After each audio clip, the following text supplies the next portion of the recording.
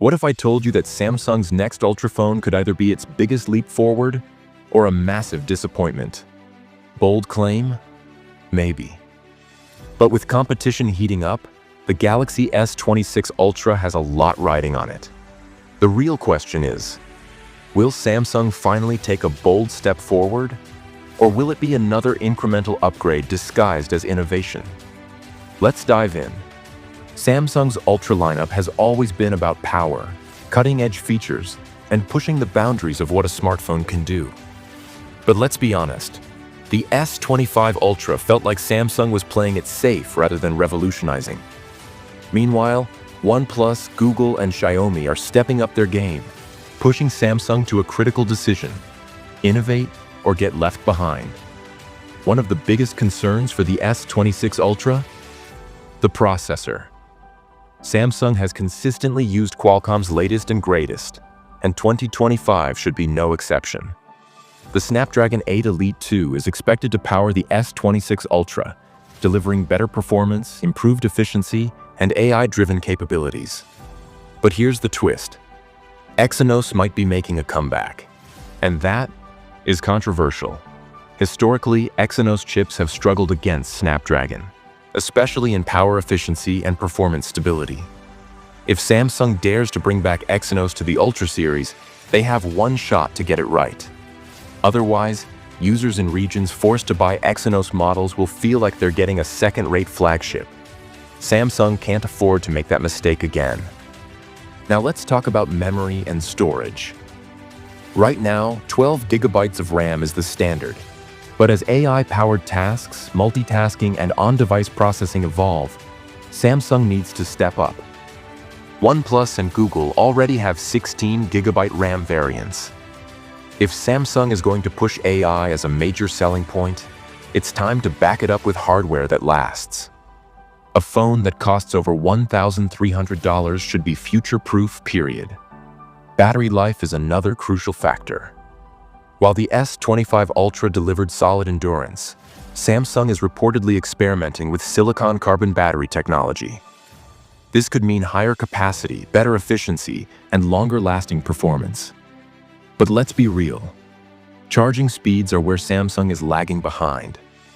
For years, Samsung has stuck to 45-watt charging, while Xiaomi and OnePlus have moved ahead with 100-watt-plus charging speeds. Phones that go 0 to 100% in under 30 minutes. Meanwhile, the Ultra still takes over an hour.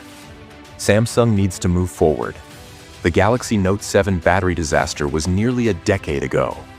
It's time to let go of the fear and compete on fast charging again. Now let's talk cameras. Samsung's 200-megapixel main sensor is still one of the best in the industry. But let's be honest, it's due for an upgrade.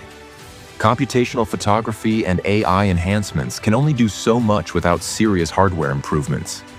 Rumors suggest Samsung might upgrade the periscope zoom lens with a new 200-megapixel sensor.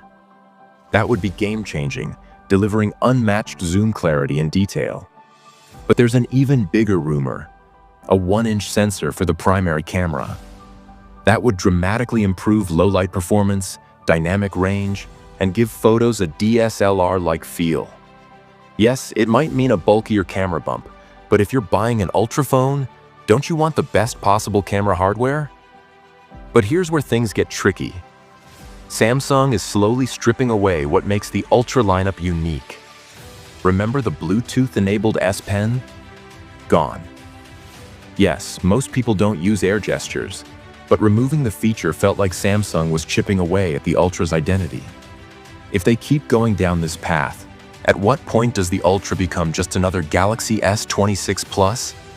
Samsung needs to double down on what makes the Ultra special, whether that means bringing back exclusive features, using more premium materials, or refining the software experience.